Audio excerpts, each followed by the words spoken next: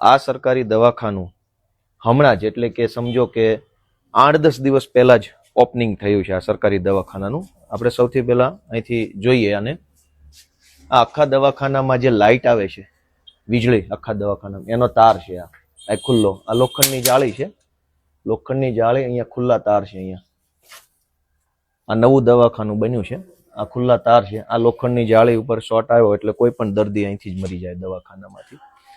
ફોટા પડાવી શોબાજી કરનારા મહાનુભાવોના નામ લખ્યા છે અહીંયા.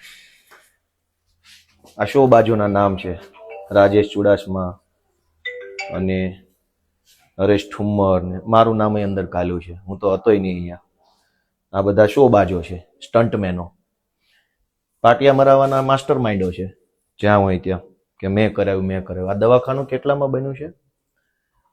1,14,00,000 ખર્ચે બન્યું છે. ક્યારે આ દવાખાનું ચાલુ કરવામાં આવ્યું? નહીં, આ ઉદ્ઘાટન છે 15મી ઓક્ટોબર. એકચ્યુઅલી ચાલુ કઈ તારીખે થયું? દિવાળી પછી 15 ઓક્ટોબર થી ચાલુ થયું.